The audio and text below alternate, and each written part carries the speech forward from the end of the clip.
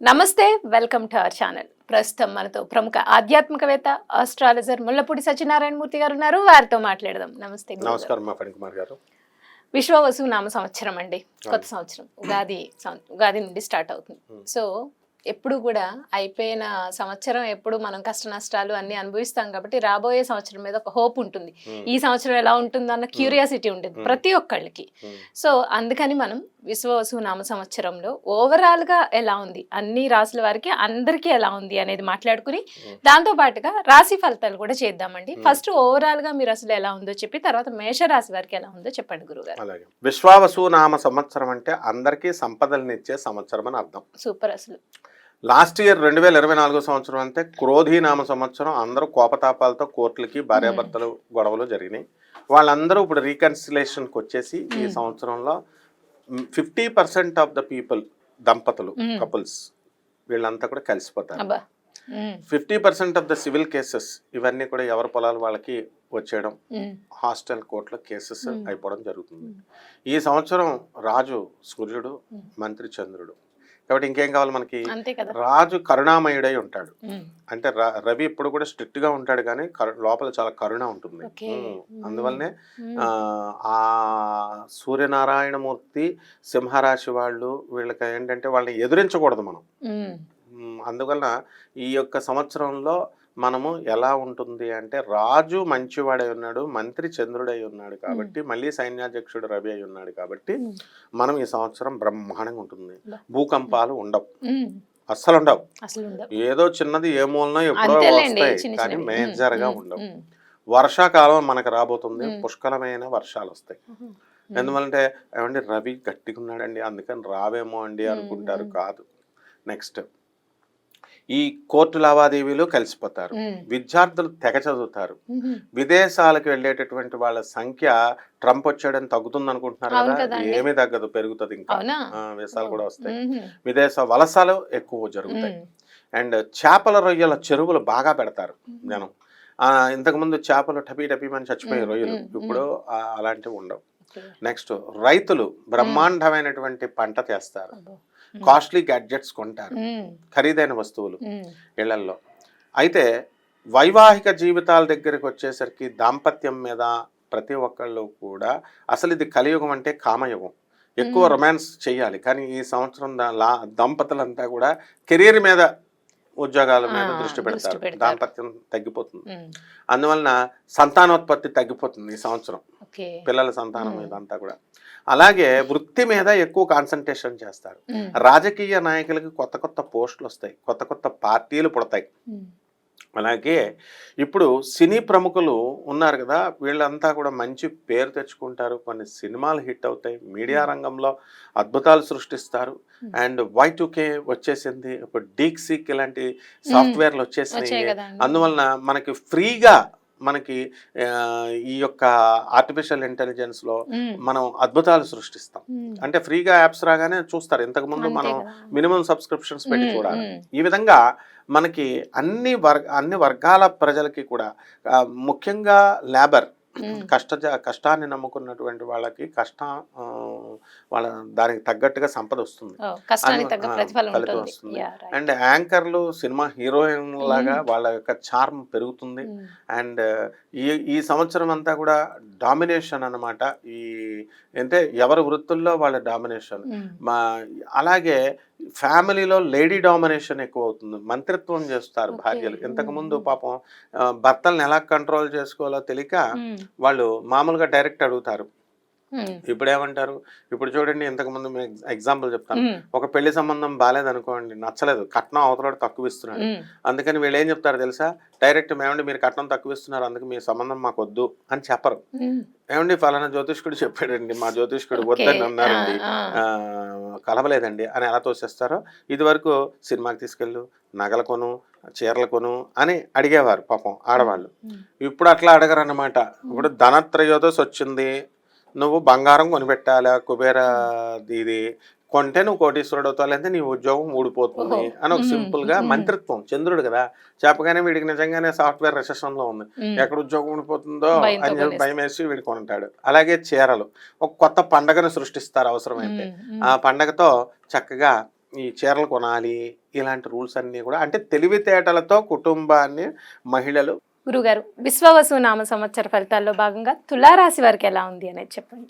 శ్రీ విశ్వావసు నామ సంవత్సరం ఉగాది 2025 నుంచి ఉగాది 2026 వరకు తులారాశి వారికి అభివృద్ధి పదంలో ఉంది. అంటే లాస్ట్ ఇయర్ కంటే ఇప్పుడు ప్రోగ్రెసివ్గా ఉంది.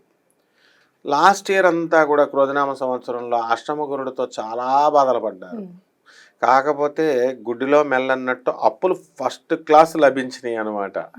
ఇప్పుడు ఆ అప్పులన్నీ కూడా తీర్చేసేటటువంటి అవకాశం మనకి బృహస్పతి ఇస్తున్నాడు ఈ సంవత్సరంలో.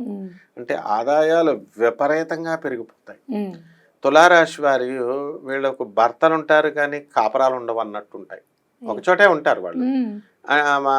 భార్యాభర్తల మధ్య సఖ్యత ఉండదు అని చెప్తున్నారా? అంటే కొట్లాటలు ఉండవు కానీ ఒకే చోట ఉంటారు కానీ దాంపత్యం ఉండదు, ఏకాభిప్రాయం ఉండదు. ఇప్పుడు భర్త ఉంటాడు, పొల్ల విరిచినట్టుగా పొడుస్తా మాట్లాడుతూ ఉంటాడు. ఆ విధంగా ముఖ్యంగా ద్విద్వాదశ స్థితిగతులైనటువంటి కన్యారాశి తులారాశి దంపతులు ముఖ్యంగా వాళ్ళకి అసలు పడదు. కాబట్టి ఇలా మిగతా రాశుల వాళ్ళకి కొద్దిగా పర్వాలేదు. ఇక ఈ యొక్క తులారాశి వారికి గురుడు భాగ్య స్థితిగతుడు అవడము, అన్నిట్లకంటే లాభం ఏమిటంటే కేతువు లాభస్థితిలోకి రావడము, అలాగే చక్కగా షష్ఠ స్థితిగతుడైనటువంటి శనిగ్రహం మార్చి 29 తర్వాత అద్భుతాలు చేసేస్తుంది. వీళ్ళ ఆయుర్దాయాలు తెగ పెరుగుతాయి. అంటే ఈ యొక్క ఆయుర్దాయం పెరుగుటం ఏమిటండి గురువుగారు అని అడగొచ్చు. ఆయుర్దాయాలు పెరుగుతాయి. జ్యోతిష శాస్త్రం ఒక నియమం చెప్పింది, షష్ఠ స్థితిగతుడైనటువంటి శనిగ్రహము ఆయుర్దాయాన్ని it increases the longevity of life అని చెప్పింది క్లియర్గా.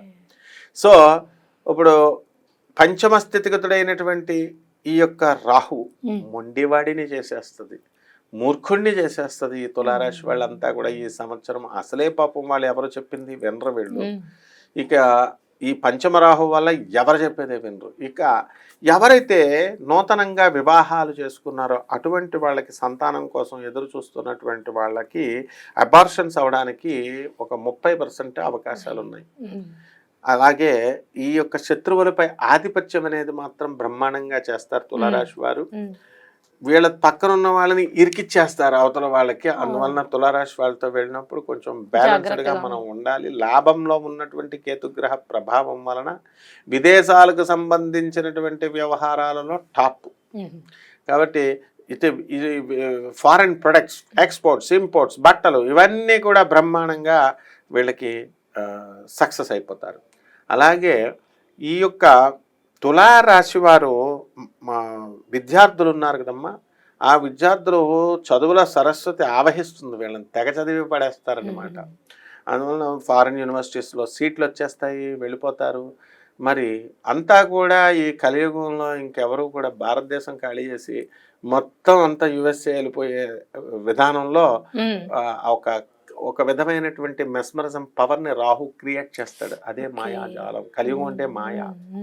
అంటే ఈ యొక్క తులారాశి మహిళలు ఉన్నారు, కోర్టుల చుట్టూ పాపం తిరుగుతున్నారు వాళ్ళ ఆస్తుల కోసం న్యాయార్జితంగా. వాళ్ళ యొక్క ఆస్తిని వాళ్ళ తండ్రులు చేసినటువంటి తప్పులకి వాళ్ళ కొంత శత్రువులకి పోగొట్టుకోవలసినటువంటి అవసరం ఉంది. కాబట్టి ఈ యొక్క తులారాశి వారిలో ముఖ్యంగా చిన్న చిన్న ఉద్యోగాలు చేస్తున్నటువంటి వాళ్ళు గ్రాండ్ సక్సెస్ అవ్వడానికి అవకాశాలు ఈ సంవత్సరం ఉన్నాయి. ఇక సినిమా యాక్టర్లకి పెళ్ళిళ్ళు అవుతాయి, పెళ్ళిళ్ళు కాని ప్రసాదులకు పెళ్ళిళ్ళు అవుతాయి, ఆడవాళ్ళకి పెళ్ళిళ్ళు అవుతాయి, సంతానాలు కలుగుతాయి. అండ్ ముఖ్యంగా ఈ తులారాశి వారికి ఈ సంవత్సరము మిగతా రాశులతో పోల్చుకున్నట్లయితే అక్రమ సంబంధాలు ఎక్కువ ఏర్పడడానికి అవకాశాలు ఉన్నాయి. కాబట్టి వీటినన్నిటినీ కూడా వీళ్ళు బ్యాలెన్స్ చేసుకొని జాగ్రత్తగా వీళ్ళు విద్యార్థులు తర్వాత లవ్ అఫేర్స్లోకి వెళ్లకుండా, ఎందువల్లంటే ఖచ్చితంగా ప్రేమ వ్యవహారాలలో ఉన్నటువంటి తులారాశి విద్యార్థులకి ఖచ్చితంగా అమ్మాయిల హ్యాండ్ ఇవ్వడం అనేటటువంటిది జరుగుతుంది. ఒక శుభముహూర్తాన్ని మా తండ్రి నాకు సంబంధం చూపించాడు, నేను మ్యారేజ్ చేసుకుని వెళ్ళిపోతున్నాను, సారీ అని సింపుల్గా చెప్పేసి వెళ్ళిపోతుంది. వీడి హృదయం పగిలిపోతుంది, లాస్ట్కి వీడికి మందు బాటలు మిగులుతుంది, అమ్మాయి పోతుంది. కాబట్టి ఇలాంటి విషయాల్లోకి వెళ్లకుండా విద్యార్థులు చక్కగా చదువుకుంటే వీళ్ళ కోసం గవర్నమెంట్ ఉద్యోగాలు ఎదురు చూస్తున్నాయి, సాఫ్ట్వేర్ ఉద్యోగాలు ఎదురు చూస్తున్నాయి, ఫారిన్ ఎదురు చూస్తుంది. పోగొట్టుకోకూడదు అవకాశం. ఈ రకంగా చేసుకుంటే బ్రహ్మాండంగా ఉంటుంది. తులారాశి వారికి విశ్వవసునామ సంవత్సరం కలిసి రావాలంటే కనుక వారు పాటించాల్సిన పరిహారాలు ఏంటి, అదృష్ట సంఖ్య, వారికి కలిసి వచ్చే రంగు, కలిసి వచ్చే రోజు, వారు పాటించాల్సిన మంత్రం గురించి చెప్పండి గురు. అలాగే ఈ విశ్వావసునామ సంవత్సరం లక్కీ కలర్ ఈ యొక్క తులారాశి వారికి 6. శుక్రవారం వీళ్ళకి కలిసి వచ్చే వారం, కలిసి వచ్చే రంగు పింక్ ఆర్ వైట్, ఈ 2 కలర్స్.